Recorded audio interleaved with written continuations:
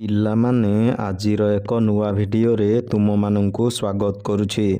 ଆଜିର ଭିଡ଼ିଓରେ ଆମେ କିଛି ଗୁରୁତ୍ୱପୂର୍ଣ୍ଣ ଇଂରାଜୀ ଶବ୍ଦର ଅର୍ଥ ଓ ଉଚ୍ଚାରଣ ବିଷୟରେ ଆଲୋଚନା କରିବା। ଏକ୍ସପ୍ରେସ୍ ମାନେ ବ୍ୟକ୍ତ କରିବା। ମିଡ଼ିଏସନ୍ ମାନେ ମଧ୍ୟସ୍ଥତା। ଏଟେଣ୍ଡ ମାନେ ଯୋଗ ଦେବା।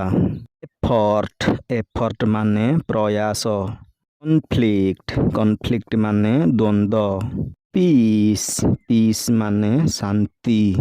ସପୋର୍ଟ ମାନେ ସହଯୋଗ।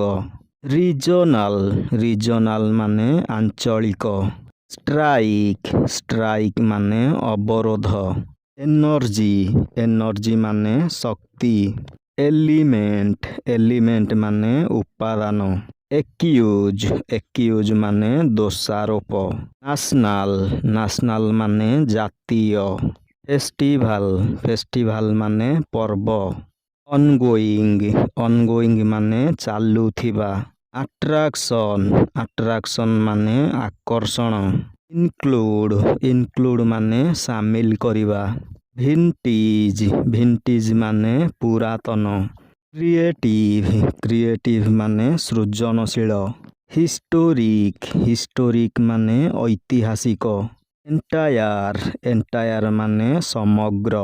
କଣ୍ଟ୍ରି ମାନେ ଦେଶ।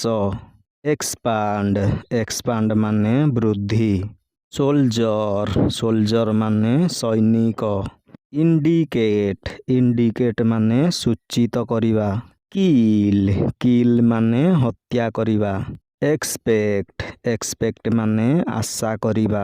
ପ୍ରୋଭାଇଡ ମାନେ ଯୋଗାଇବା।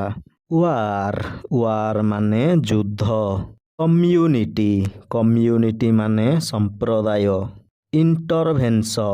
ଇଣ୍ଟରଭେନସନ ମାନେ ହସ୍ତକ୍ଷେପ। ଡେଷ୍ଟ୍ରକ୍ସନ ମାନେ ଧ୍ୱଂସ ବା ନାଶ। ରିଅଲିଟି ମାନେ ବାସ୍ତବତା ବା ସତ୍ୟତା। ରିପ୍ରେସନ ମାନେ ଦମନ। ସାଇଲେନ୍ସ ମାନେ ନୀରବତା। ରିଜେକ୍ଟ ମାନେ ପ୍ରତ୍ୟାଖ୍ୟାନ। କ୍ୱାଲିଟି ମାନେ ଗୁଣ ବା ମାନ। ସରପାସ ମାନେ ଅତିକ୍ରମ କରିବା। ଡେସ୍ପାଇଟ୍ ମାନେ ସତ୍ତ୍ୱେ। ଅପୋନେଣ୍ଟ ମାନେ ବିରୋଧୀ ବା ପ୍ରତିଦ୍ୱନ୍ଦ୍ୱୀ। ଡିସରପ୍ଟ ମାନେ ବାଧା ଦେବା। ପ୍ରିପେୟାର ମାନେ ପ୍ରସ୍ତୁତି। ଫ୍ୟୁଚର ମାନେ ଭବିଷ୍ୟତ। ସ୍କେଡ୍ୟୁଲ ମାନେ କାର୍ଯ୍ୟସୂଚୀ।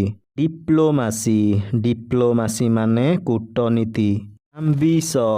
ଆମ୍ବିସନ ମାନେ ଆକାଂକ୍ଷା। ଇନଫ୍ଲେସନ ମାନେ ମୂଲ୍ୟ ବୃଦ୍ଧି। ରିଭେଞ୍ଜ ମାନେ ପ୍ରତିଶୋଧ।